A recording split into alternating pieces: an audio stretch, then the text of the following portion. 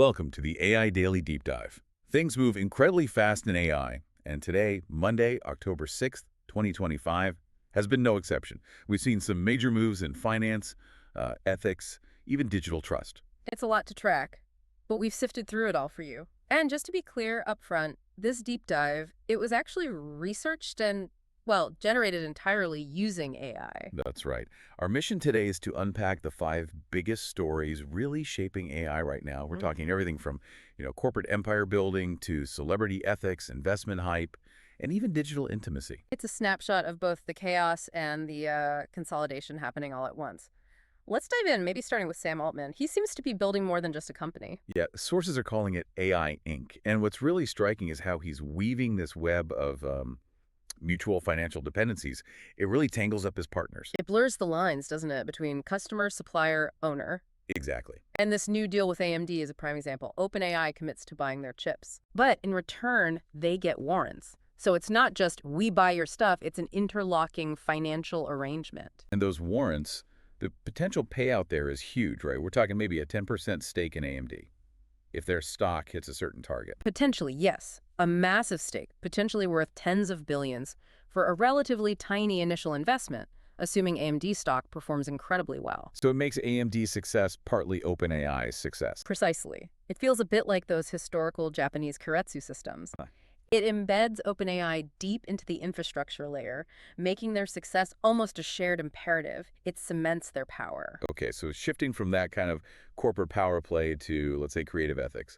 Taylor Swift, she's facing some heat, right? Yeah, quite a bit of backlash over promotional videos for her new album, Life of a Showgirl. The issue, they look like, well, slop, obvious flawed generative AI. And fans notice specific things. Oh, yeah. Fans are sharp. They spotted things like a bartender's middle finger kind of blending weirdly with a napkin, book covers with missing letters, a distorted house in a picture frame, just sloppy stuff. Which, given her profile and, her stance on artist compensation. Exactly. That's where the hypocrisy charge comes in. People were saying she's far too rich to be this cheap. The videos got pulled down pretty quickly from YouTube Shorts. It shows that the quality or lack of quality in AI generation is a real reputation risk now, even for huge stars. Definitely. And speaking of blurring boundaries and ethics, that takes us straight to story number 3. Elon Musk. His venture, xAI, is pushing into the AI companion space. Through Grok, they've launched 2 chatbots, Emmy and Annie, accessible on X, and they're explicitly sexual. Explicitly sexual. How so? They're designed to simulate romantic and even erotic interactions. Think scripted lines about leaning in for a kiss, that sort of thing. It's a clear attempt to differentiate xAI in that market. Wow. That's definitely pushing boundaries. It immediately brings up massive ethical questions, Yeah. right? About consent, emotional manipulation. Absolutely. When AI is designed to mimic affection, even eroticism, those questions become unavoidable. It forces a conversation about what a healthy digital relationship even looks like. Is it even possible? It's a huge can of worms. Okay, let's talk about trust, because story 4 deals with something undermining it directly. Deep fake voices. Yeah, this is scary stuff. AI voices have gotten so good, they're basically indistinguishable from real human voices now. Leading to fraud. Big time. Look at that Italian scam. They used a deepfake audio clip of the defense minister, Guido Crosetto, to try and solicit money for a fake kidnapping. People heard the voice. They believed it was him. There's data backing this up. There is. A Queen Mary University study found that 58%, over half of AI voice clones, were mistaken for human voices. Wow.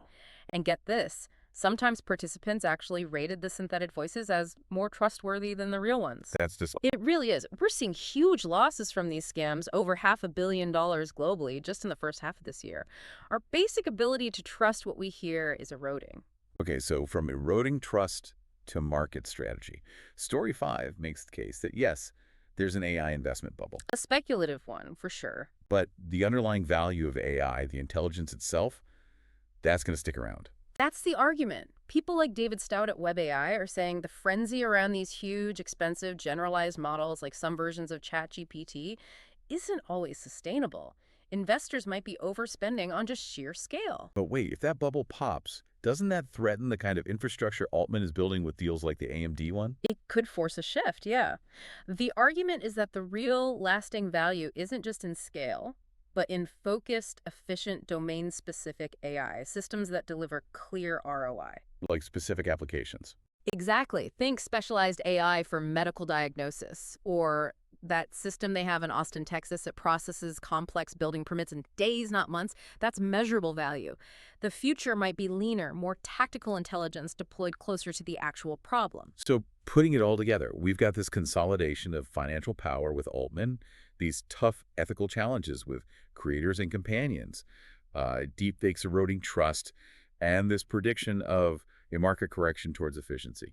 It's a real mix of forces pulling in different directions. AI is powering these new corporate empires, but it's also driving market volatility and raising fundamental questions. Which leaves you, the listener, with this question to think about.